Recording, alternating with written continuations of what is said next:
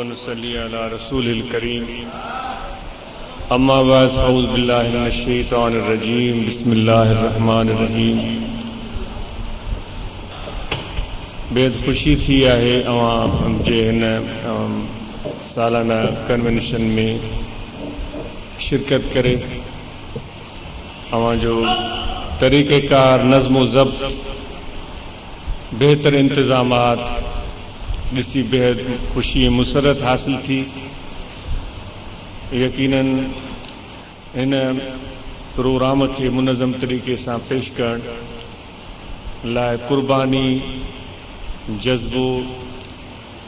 जमायत ऐं तंज़ीम जे कम सां वाबस्तगी ज़रूरी बुनियादी अंसर आहिनि। इन्हनि खां सवाइ अहिड़े ई बेहतरीन तरीक़े सां प्रोग्राम पेश करण मुश्किल आहे। यकीन उहे शयूं अवां में मौजूद आहिनि ऐं उम्मीद आहे त इन में तव्हां अञा इज़ाफ़ो फरमाईंदो। माशाअल्लाह, सभ खां पहिरियां अवां खे रमज़ान मुबारक जी आमद जी पेशगी मुबारक हुजे। चंद ॾींहंनि खां पोइ ही बाबरकत महीनो जेको अल्लाह ताला जी तरफ़ां ॾिनल तोहफ़ो असांजे आका व मौला हज़रत सल्लल्लाहु अलैहि वसल्लम जे तसद्दुक़ ऐं तवस्सुल सां मिलियल अज़ीम तोहफ़ो जेको असांजे रूहानी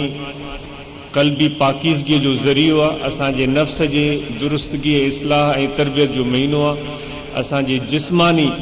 बि इस्लाह ऐं तरबियत जो महीनो आहे। यकीनन इन जे लाइ असांखे हाणे खां ई तयारी करणु घुरिजे।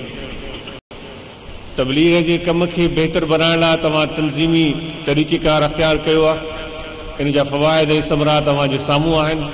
हज़रात ख़ुलफ़ा इकराम जूं कोशिशूं ऐं तबलीग में महिनतूं अवां कारकुननि जी कोशिश ऐं महिनत सां उन्हनि में अञा वधीक बहितर नताइज ऐं समरात हासिल करण जे क़ाबिल थिया आहियूं।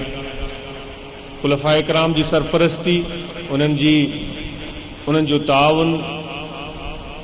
उन्हनि जी मुहबत अवां कारकुननि सां, शफ़क़त अवां कारकुननि सां, मिंबरनि सां हुअणु खपे। ऐं जीअं की असांजे दोस्त मुफ़्ती इब्राहिम साहब फरमायो, अवां कारकुननि ऐं मिंबरनि जूं बि कोशिशूं तॾहिं बहितर कामयाब थींदियूं जॾहिं ख़ुलफ़ा इकराम सां अवां जो रवैयो, अवां जो तरीक़ो बहितर हुअणु खपे। ऐं ख़ुलफ़ा इकराम बि शफ़क़त जो हथ ऐं उन्हनि जी हौसला अफ़ज़ाई करण में पेश हुजनि। रमज़ान मुबारक जे हवाले सां असांजे दोस्त मौलाना रहमतुल्लाह साहब फरमायो पिए, बिल्कुलु मां उन सां मुतफ़िक़ आहियां। ऐं बल्कि जॾहिं असां रस्ते में आयासीं पे हिते तफ़सीली गुफ़्तगू थी, जेके दोस्त सां गॾु हुयासीं सफ़र में, त रमज़ान मुबारक में प्रोग्राम कहिड़े नमूने पेश करे सघनि था। असां जेके ॿ दोस्त पाण में गॾु सफ़र करे रहिया हुयासीं, असांजे ज़हन में जेका हिकु सूरत बनी माह मुबारक, माह सियाम में तबलीग जे लाइ, उहा कुझु हिन तरह हुई। इन जे लाइ दावत ॾिनी थी वञे मरकज़ी उहिदेदारनि खे, सूबाई उहिदेदारनि खे, मजलिस आमला खे उन ते गौर कनि। रमज़ान मुबारक जी आमद खां पहिरियां शोबान महीने में जेके बि दोस्त आहिनि उहे ख़ुसूसी तौर रमज़ान मुबारक जे महीने में तबलीग जे लाइ हिकु वर्कशॉप मुनक़िद कनि। उहो वर्कशॉप तव्हां लाबा शरीफ़ में बि रखी सघो था। उन में ज़्यादा तइदाद में दोस्त शरीक थियनि। जेके उते नथा पहुची सघनि उन्हनि जे लाइ अहिड़ो तरबियती वर्कशॉप तव्हां कराची में बि रखी सघो था, हैदराबाद वारनि लाइ हैदराबाद में बि रखी सघो था, या हिकु इज्तिमाही वॾो वर्कशॉप जंहिंमें बतौर ख़ासि असांजे मुर्शिदनि जी जमायत या तरीक़े आलिया जी जमायत जा उलमा बतौर ख़ासि शरीक थियनि। ऐं जेके अहबाब इमामत जा फ़राइज़ सरअंजाम ॾियनि था या ख़िताबत जा फ़राइज़ सरअंजाम ॾियनि था, उहे बतौर ख़ासि उन में शरीक थियनि।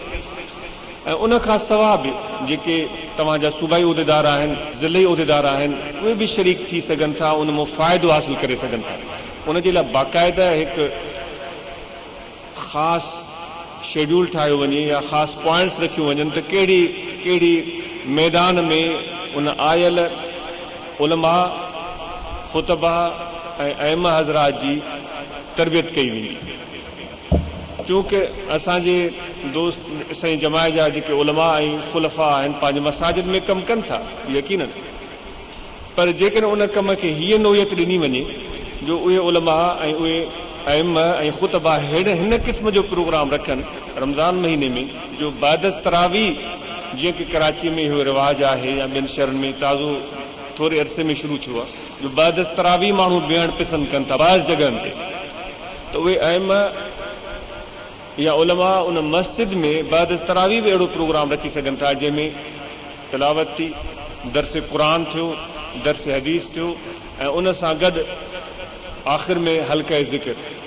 जे मुराक़बे जी सूरत में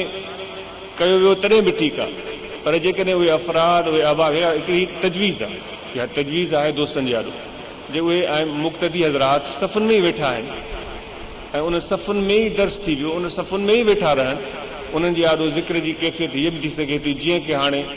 बैरून ममालिक दोस्तनि खे अक्सर हियाजिज़ इहो मशवरो ॾींदो आहे ऐं इन जो सबूत तव्हांखे हज़रत इमाम रब्बानी मुजद्दिद मुनव्वर अल-सानी रज़ी अल्लाह तआला जे हालात में मिलंदो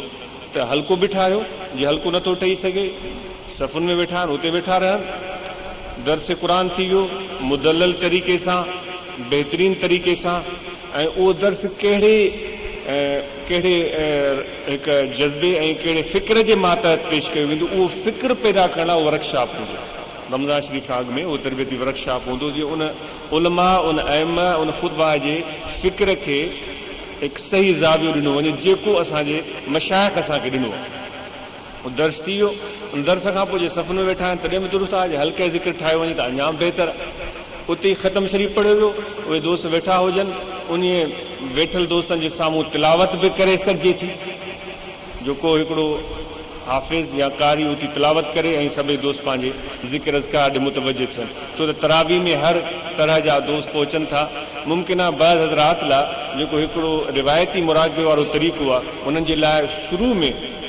कुझु अचंभे जो बाहिस बणिजे सफ़ुनि में वेठा रहनि उन्हनि खे ॿुधायो वञे ज़ुबानी तरीक़े सां हीअ ज़िक्र कल्बी आहे हीअ सिलसिला आले जो फैज़ आहे हिन तरीक़े सां ज़िक्र कल्बी थींदो आहे तव्हां दिलि लाइ मुतवजह थी वियो तिलावत थी